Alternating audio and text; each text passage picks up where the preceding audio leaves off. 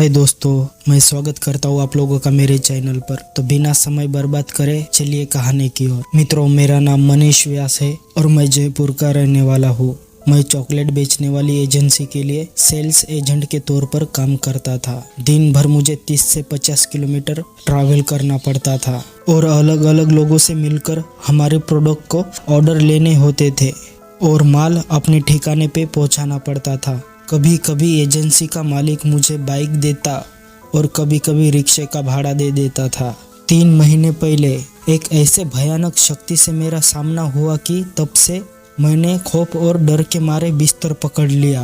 हुआ यह था कि रोज की तरह सुबह मैंने पेन, कैलकुलेटर और ग्राहकों की लिस्ट लेकर बस स्टैंड पर ऑटो रिक्शा का इंतजार करने लगा। तभी एक पुराना ऑटो रिक्शा मेरे पास आया, आकर रुक गया।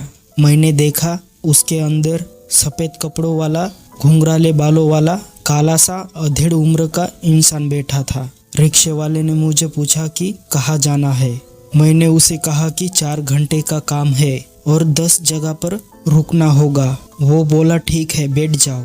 मैं बैठ तो गया पर कुछ अजीब सा महसूस हो रहा था मुझे, जैसे कोई मुझे रोक रहा हो।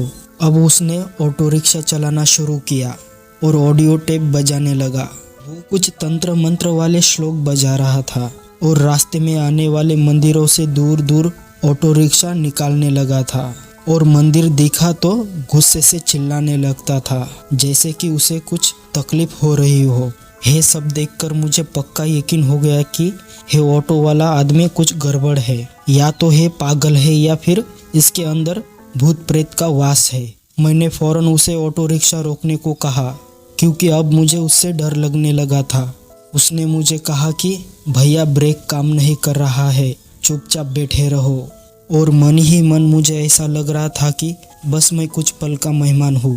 फिर मैं चालू रिक्शे से चिल्लाने लगा। वो इंसान पागलों की तरह जोर जोर से हंसने लगा था और फिर वो आदमी पूरी तरह अपनी मुंडी 180 डिग्री घुमाकर मुझे घूरने लगा था और बोला कि चिल्लाओगे तो मैं तुम्हें अपनी दुनिया में लेकर चला जाऊंगा। ये सुनकर मैं सुन्न पड़ गया। अब मैं उस रहस्यमय व्यक्ति के हवाले था। वो मुझे घंटों तक सुनसान रास्तों पर ऑटो रिक्शा में घुमाता रहा और अचानक ऑटो रिक्शा रोका और मेरी ओर घुमा और बोला कि तुम जैसे ठंडे खून वाले इंसान का मैं क्या करूं? तुम मेरे किसी काम के नहीं हो। उतर के भाग जा मेरे ऑटो रिक्शा से, वरना मैं तुझे यही खलास कर डालूंगा। मैं उस ऑटो रिक्शा से भाग जाना चाहता था, पर मेरे पैर जैसे कि जम गए हो और मेरी सांसें भी थम सी गई थी। एक लकवाग्रस्त इंसान की तरह मैं वही लाचार बैठा रहा और वो डरावने पल मैं देखता जा रहा था और महसूस करता जा रहा था। उसने फिर गुस्से से चिल्लाते हुए अंगूठियों से भरा हुआ हाथ मेरे गाल पर मारा और मैं किसी गेंद की तरह उछलकर रोड के उस पार गिर गया। रोड पर गिरने से और चोट लगने से मैं बेसुध हो गया। जब मेरी आंखें खुली तो मैं वही उसी ऑटो रिक्शा के पास फुटपाथ पर पड़ा था। अपनी घड़ी देखी तो 8 बज चुके थे और बस स्टैंड पर खड़े लोग नफरत और धिक्कार भरी नज़र से मेरी ओर देखे जा रहे थे, जैसे मैं कोई शराबी हूँ और दारू पीकर रोड पर गिरा पड़ा हूँ। मुझ में उठने तक की शक्ति नहीं थी।